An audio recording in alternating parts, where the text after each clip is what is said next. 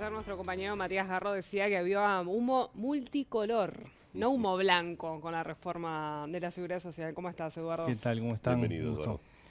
Sí, multicolor fue Fue. y con bastante dureza, digamos, en la negociación. Sobre todo el tramo final. Sobre todo el tramo final, sí. O sea, si bien hubo un proceso muy largo de negociaciones, desde la comisión de expertos, que después deriva en un proyecto que toma una serie de elementos de esa comisión de expertos, hay otros que no los toma.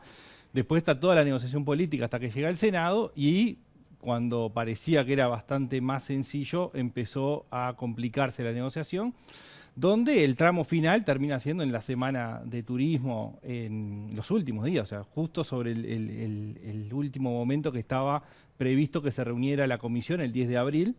Y ahí aparece, bueno, Cabildo Abierto con una serie de planteos que los hizo antes, termina negociando con el presidente tres elementos que son centrales para lo que planteaba Cabildo, ¿no? Y quizás en orden de importancia está lo de bajar de 25 a 20 años el cálculo del régimen jubilatorio, desglosar las AFAPs y la reducción del IAS, que ahora después vamos a retomar un poquito esto del IAS.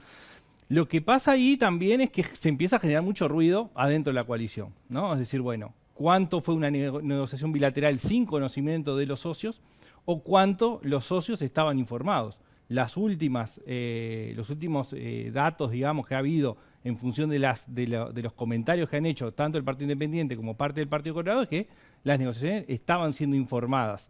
Es difícil pensar que se informara solamente que estaba en negociación sin decir qué. Pero bueno, eso aparece posteriormente como un enojo o un estallido dentro del Partido Colorado, que fundamentalmente, si bien desde ballistas aparecen alguna postura crítica, fundamentalmente aparecen del lado de Ciudadanos, ¿no? Donde aparece más, de alguna forma, Ciudadanos cuestionando a Sanguinetti como interlocutor o cómo fue la interlocución entre el presidente y Sanguinetti. Y por otro lado, desde afuera del elenco político aparece Bordaberry planteando que no se votara, ¿no? Es decir, proponiendo de alguna forma desde afuera que el Partido Colorado no debería acompañar, lo cual sumó ruido a la interna del Partido Colorado, no solamente al ruido de la coalición, sino también a la interna del Partido Colorado. Su primera aparición política. Digamos que ha tenido varias. Lo hemos hablado en algún momento de que desde que empezaron los temas en Cancillería con el tema de Carolina H., ahí empezó más fuertemente a verse, digamos, no continuamente, entrada y salida con comentarios políticos o de otros tonos, ¿no? Lo que no queda muy claro es cómo, si al principio había un acuerdo, digo, con respecto al Partido Colorado, a partir de que Cabildo realiza una negociación directamente con el presidente, bueno, pero ahora nosotros también tenemos nuestros reclamos. De alguna manera sonó como a caprichosa la actitud que toma el Partido Colorado y traba mucho en esta última semana la negociación a tal punto que uno miraba y decía, esto realmente se terminará destrabando porque se empezaba a toquetear demasiado el proyecto de reforma. Bueno, sí, sin dudas eso generó ruido y generó, a ver, si el lunes se votaba, el gran triunfador neto era Cabildo Abierto, habiendo impuesto una serie de condiciones en la negociación. El Partido Colorado quedaba totalmente ladeado, de hecho hubo comentarios de los nabos de siempre o de haber sido fieles y no haber sido respondidos en la misma línea. Y ahí el Partido Colorado sale con, primero eran 9 o 10 propuestas, terminan siendo 3, las 3 que terminan siendo aprobadas, que es la progresividad, digamos, según la cantidad de años trabajados, que en vez de los 65 años puedan ser a los 63, 64 o 65 años la edad de la jubilación. Después un escalonamiento, que lo que hace es corregir, digamos, a los nacidos en el 73 les generaba un cambio drástico y eso aparentemente se corrige, pero lo central aparece en el IAS. No porque sea lo más importante en términos de impacto, pero sí en términos de quién se lleva la bandera del IAS. Porque el IAS había sido uno de los elementos que Cabildo había negociado. Digamos, por lo menos con una declaración de que se iba a tender a disminuir a lo largo del tiempo, ¿no?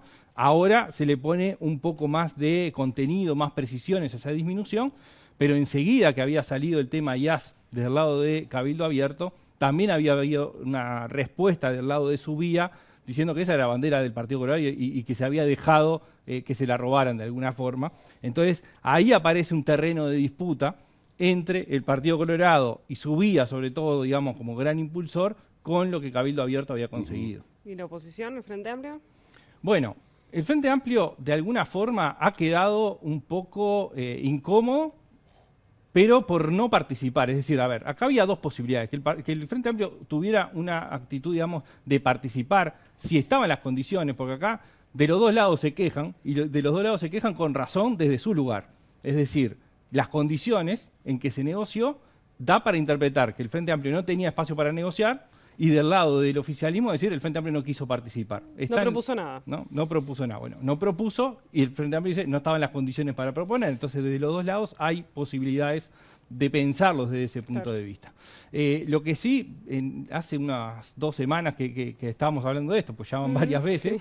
Vos has dicho, bueno, el Frente Amplio mientras tanto come pop. Bueno, esa podía haber sido una actitud, digamos. Sin embargo, hubo algunos apresuramientos de parte del Frente Amplio de cuestionar antes de conocer el texto. Y ahora, en la conferencia de prensa dice el texto no se conoce. Entonces, hubo una crítica quizás un poco adelantada, pero lo que sí es cierto es que ahora tiene una bandera para el 2024, que es la reforma de la seguridad social. Ahí va a estar la disputa. Si funciona como elemento de campaña, o si se da el proceso que el presidente, por lo menos, no toda la coalición, está convencido que se puede dar, que es que a la población se la pueda convencer que es una buena reforma, que es necesaria, y ese va a ser uno de los terrenos de disputa entre el oficialismo y oposición en torno a este tema.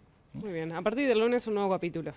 A partir del lunes se votará, después va a ir al Senado, supuestamente es solamente para ratificar los cambios realizados en diputados, y bueno, y después, ¿cómo queda la coalición? ¿No? Es decir, bueno, claramente hay un tema de funcionamiento donde se explicitan las diferencias públicamente.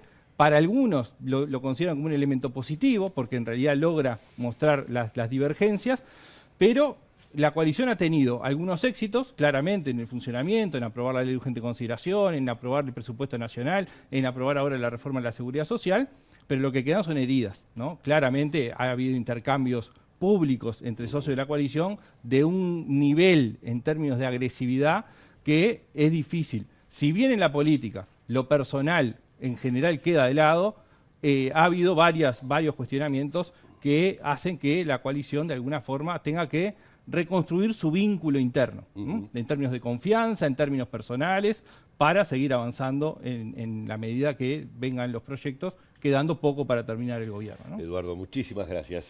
Por favor, ese de ustedes. Eduardo Botinelli, entonces director de Factum. Yo me retiro, vamos a una pausa y se viene JC. Ya se viene JC con toda la información deportiva. Con el profesor. No. Se queda.